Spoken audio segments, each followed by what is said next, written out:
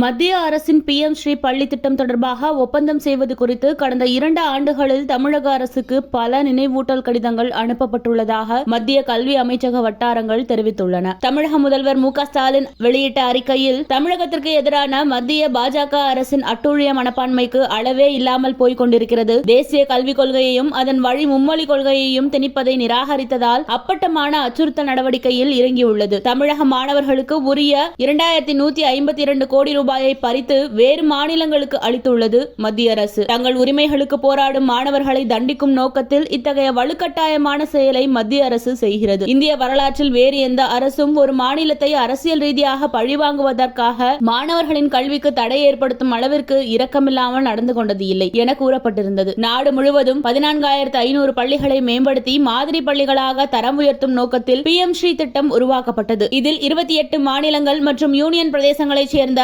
6,448 பள்ளிகள் முதற்கட்டமாக இணைந்துள்ளன. தமிழகம், மேற்கு வங்கம், கேரளா, டெல்லி ஆகியவை மட்டுமே இதில் பங்கேற்கவில்லை. இந்த திட்டத்தில் இணைவது தொடர்பாக ஒப்பந்தம் செய்யும்படி தமிழக அரசுக்கு கடிதம் அனுப்பப்பட்டது. முதலில் இதற்கு தமிழக அரசு ஒப்புதல் தெரிவித்தது. ஆனால் ஒப்பந்தம் செய்யவில்லை. கடந்த 2 ஆண்டுகளில் தமிழக அரசுக்கு பல நினைவூட்டல் கடிதங்கள் அனுப்பப்பட்டுள்ளன. ஆனால் பதில் வரவில்லை. இவ்வாறு அந்த வட்டங்கள் தெரிவித்துள்ளன.